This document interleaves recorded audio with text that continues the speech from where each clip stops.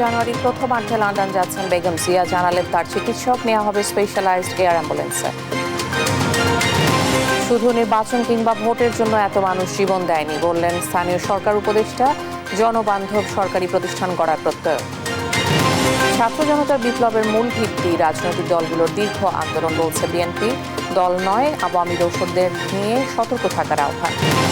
বকেয়া বেতন ও দুর্ব্যবহারের জেরেই চাঁদপুরে জাহাজে 7 খুন, গ্রেপ্তার আকাশের স্বীকারোক্তি। জিজ্ঞাসাবাদে 7 দিনের রিমান্ড মঞ্জুর।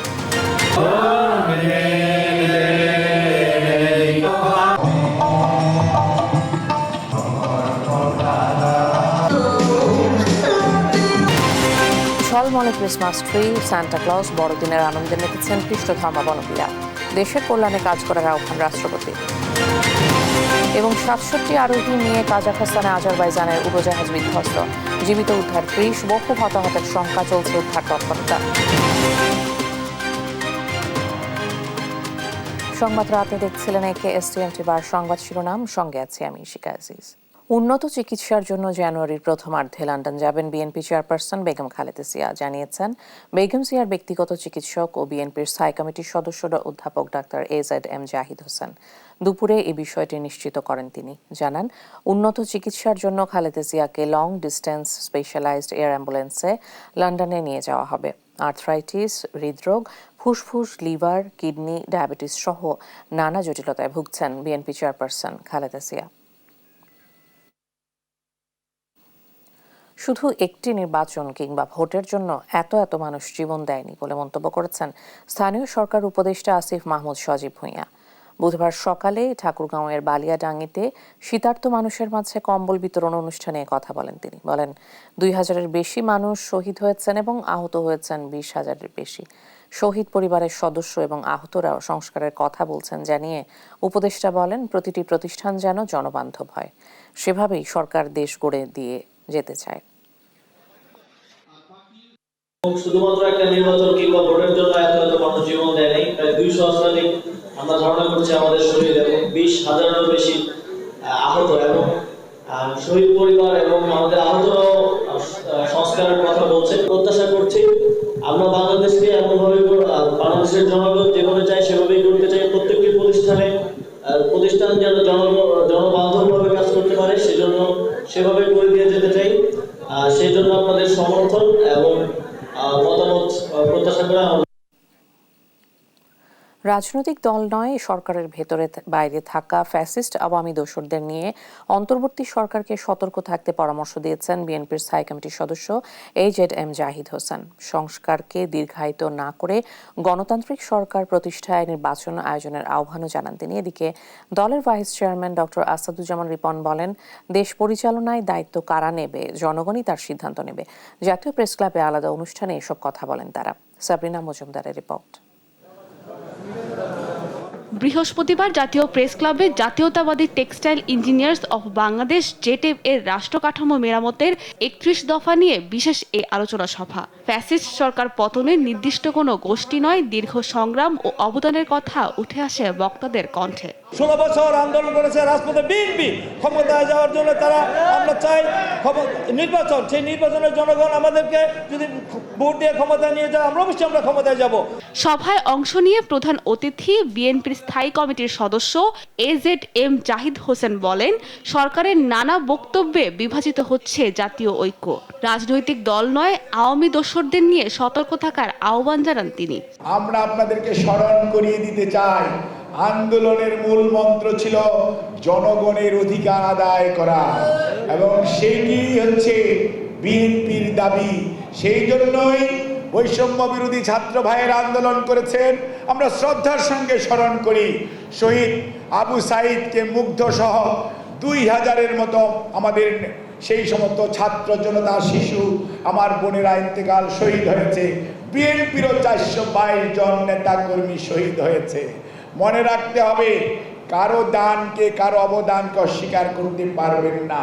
সংস্কারের সাথে সব সময় জড়িত রাজনীতিবিদ, তার সাথে জড়িত বাংলাদেশ জাতীয়তাবাদী দলের নেতৃত্ব। কাজে অস্বীকার করবে হবে না ভাই।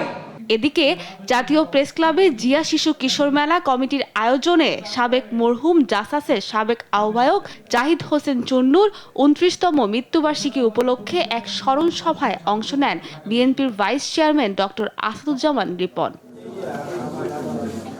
বলেন, কারো একক প্রচেষ্টায় ফ্যাসিবাদ নির্মূল হয়নি। ছাত্র জনতার আন্দোলনের মূল ভিত্তি রাজনৈতিক দলগুলোর দীর্ঘ আন্দোলন। জনগণ কিভাবে এটা মাথায় রাখতে হবে, এটা মাথায় না রাখলে রাজনীতির ভুল হয়ে যাবে। খুব ক্লিয়ার কাট কথা। সাবরিনা মজুমদার, দেশ টিভি, ঢাকা। স্বাস্থ্যসেবায় চিকিৎসকদের আরও বেশি মানবিক হতে আহ্বান জানিয়েছেন জামায়াতে ইসলামীর আমির ডাক্তার শফিকুর রহমান। বুধবার ন্যাশনাল ডক্টরস ফোরাম আয়োজিত চিকিৎসক সমাবেশে কথা বলেন তিনি। দেশের চিকিৎসা সেবা এগিয়ে গেলেও ওষুধের কাঁচামাল এখনও আমদানি নির্ভর, তাই এ নিয়ে আরও গবেষণার তাগিদ দেন জামায়াত আমির। হাসান মাহমুদের রিপোর্ট। বুধবার প্রথমবার বড় পরিসরে জাতীয় চিকিৎসক সমাবেশের আয়োজন করে ন্যাশনাল ডক্টরস ফোরাম এনডিএ। সকাল থেকেই মুখর হয়ে ওঠে বাংলাদেশ চীন মৈত্রী সম্মেলন কেন্দ্র। বিগত সরকারের আমলে বঞ্চিত চিকিৎসকদের পদোন্নতি, স্বাস্থ্য ক্যাডার বিলুপ্ত না করা, বিএমডিসিকে কার্যকর করা সহ ১৪ দফা দাবি জানান চিকিৎসকরা। সমাবেশে প্রধান অতিথি ছিলেন জামায়াতে ইসলামীর আমির ডাক্তার শফিকুর রহমান। বলেন, রোগীর সেবায় আরও মানবিক হতে হবে চিকিৎসকদের। একটা impressive, smart and skill service এই দেশের জনগণকে উপহার দেওয়া, তার জন্য আর কিচ্ছু লাগে না, জাস্ট একটা সফট অ্যান্ড ক্লিন হার্ট লাগে, মানুষকে ধারণ করা, সম্মান করা এবং এর মাধ্যমে নিজের স্রষ্টাকে পাওয়া। এই আকুতিটা যদি থাকে, আমরা অনেক কিছু ভালো করতে পারবো ইনশাআল্লাহ। দেশের ওষুধ খাতে নির্ভরতা কমাতে কাঁচামাল উদ্ভাবনের গবেষণার আহ্বান জানান তিনি। রিসার্চে আমাদের কিছু মানুষকে অবশ্যই আত্মনিয়োগ করতে হবে। রিসার্চের কোনো বিকল্প নেই। R&Dতে আমাদেরকে একটা মেজর ফোকাস দিতেই হবে। দুর্ভাগ্যক্রমে রাষ্ট্রীয় কাঠামোতেই এটাকে কোনো পৃষ্ঠপোষকতা দেওয়া হয় না, নাড়ছাড় করা হয় না। আমরা নিজের থেকে কি করতে পারি আমাদের সীমিত সামর্থ্যের ভিতরে, এখান থেকে শুরু। আগামী দিনে মানবিক বাংলাদেশের নেতৃত্ব দিতে চিকিৎসকদের এগিয়ে আসার আহ্বান জানান জামায়াত আমির। শেষ দুটো ঠিকানা। হাসান মাহমুদ, দেশ টিভি, ঢাকা। জুলুম, নির্যাতন, গণহত্যা, নিরপরাধ মানুষকে গুম খুন করার কারণে শেখ হাসিনা সহ তার দোসরদের বিচার হবে বলে মন্তব্য করেন জামায়াতে ইসলামীর কেন্দ্রীয় সহকারী সেক্রেটারি জেনারেল মাওলানা রফিকুল ইসলাম খান। বুধবার দুপুরে মতিঝিল টি&টি কলোনি মাঠে অনুষ্ঠিত কর্মী সম্মেলনে প্রধান অতিথির বক্তব্যে তিনি এসব কথা বলেন। এ সময় তিনি আরও বলেন, এই জাতি তাদের ক্ষমা করবে না। আওয়ামী লীগ স্বাধীনতা বিরোধী উল্লেখ করে তিনি বলেন, যে দলের প্রধান প্রতিবেশী রাষ্ট্রকে নিজ দেশে অ্যাটাক করতে অনুরোধ করে তারা কখনো স্বাধীনতা, সার্বভৌমত্ব বিশ্বাস করতে পারে না।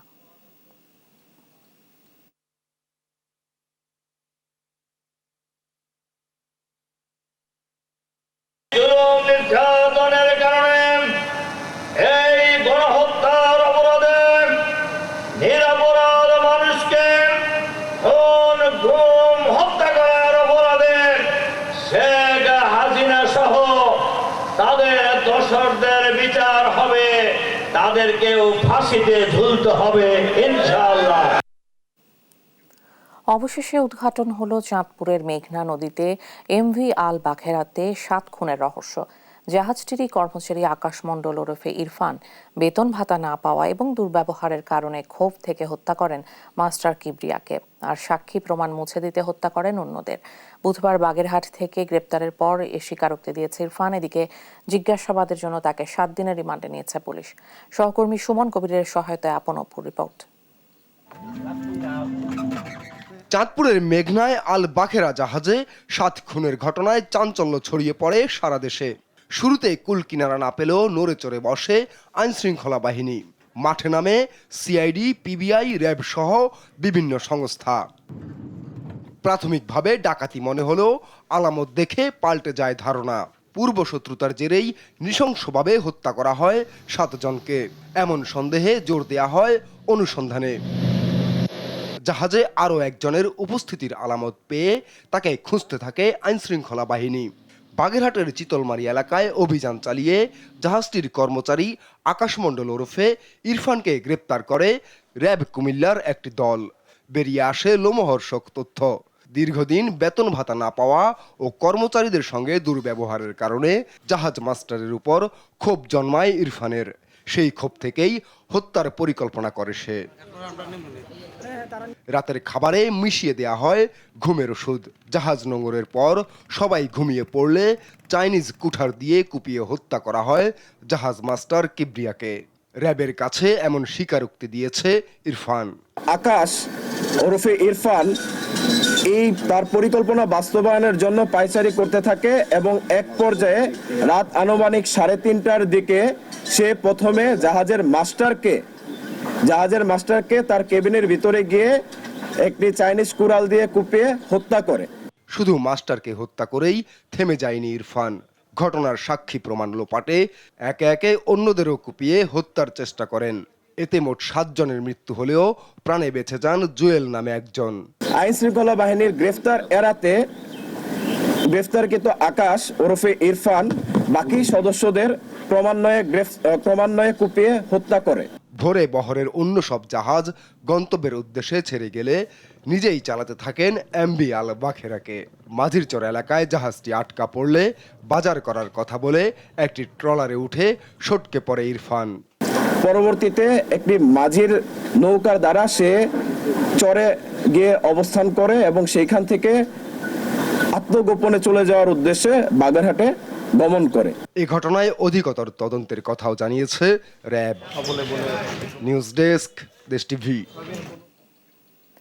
চাঁদপুরে 7 খুনের ঘটনার রহস্য উন্মোচনে দ্রুতই আইন শৃঙ্খলা বাহিনী ব্যবস্থা নিয়েছে বলে জানিয়েছেন স্বরাষ্ট্র উপদেষ্টা অবসরপ্রাপ্ত লেফটেন্যান্ট জেনারেল জাহাঙ্গীর আলম চৌধুরী। বুধবার সন্ধ্যায় কাকরাইলে বড়দিন উপলক্ষে গির্জা পরিদর্শনে গিয়ে এই কথা বলেন তিনি। এ সময় এই হত্যাকাণ্ড দ্রুত সুরাহা হবে বলেও আশ্বস্ত করেন স্বরাষ্ট্র উপদেষ্টা। চাঁদপুরে ঘটনাটা আপনারাও জানেন, এটা তো আমাদের একজনকে অ্যারেস্ট করা হয়েছে এবং তার কাছ থেকে কিন্তু ওই আমাদের যেই সব লোক চলে গেছেন, আল্লাহ তাদের ভেস্ত নসিব করুক, ওদের সবার মোবাইলগুলো কিন্তু পাওয়া গেছে। ও কিন্তু নিজে স্বীকারোক্তিও দিয়েছে। এরপরে আইনের আওতায় তো তারা আনা হয়েছে এবং তার বিচার হবে। এখন পর্যন্ত মোটিভ যেসব জানতে পারবো সেগুলো আপনারাও জেনে যাবেন, আমরাও জেনে যাব। সারা বিশ্বের মতো বাংলাদেশে উদযাপন হচ্ছে খ্রিস্ট ধর্মাবলম্বীদের সবচেয়ে বড় উৎসব বড়দিন। ধর্মীয় উপাসনালয়ে দেশ ও জাতির কল্যাণে প্রার্থনার মধ্য দিয়ে শুরু হয় আনুষ্ঠানিকতা। উৎসব ভাগাভাগি করতে রাজধানীর কাকরাইল চার্চে আসেন বিভিন্ন শ্রেণী পেশার মানুষ। সবার একটাই চাওয়া, বৈষম্য দূর করে মানুষে মানুষের সম্প্রীতি ফিরে আসুক। ফজলে আদিত্যের প্রতিবেদন। বিশ্বের অন্যান্য দেশের মতো বাংলাদেশেও উদযাপিত হচ্ছে খ্রিস্টান সম্প্রদায়ের সবচেয়ে বড় ধর্মীয় উৎসব বড়দিন। দিনটি উপলক্ষে রাজধানীর কাকরাইলে অবস্থিত চার্চে সকালে প্রার্থনার মধ্য দিয়ে শুরু হয় দিনটির উদযাপনের আনুষ্ঠানিকতা। ভালো লাগছে, অনেক ভালো লাগছে।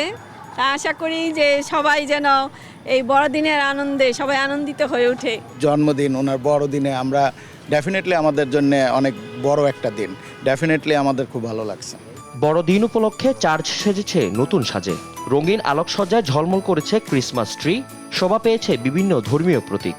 প্রার্থনায় আসা মানুষ তা উপভোগ করছে স্বাচ্ছন্দ্যে। এখানে ফ্রেন্ডদের সাথে চলে এসেছি, কিন্তু আজকে দিনটা ভীষণ ভালো গেছে। আশা করি সারাদিনও ভীষণ ভালো যাবে। খুব ভালো, এই দিনে সবার সাথে উদযাপন করছি, সবাইকে মেরি ক্রিসমাস জানাচ্ছি, ভালোই লাগছে।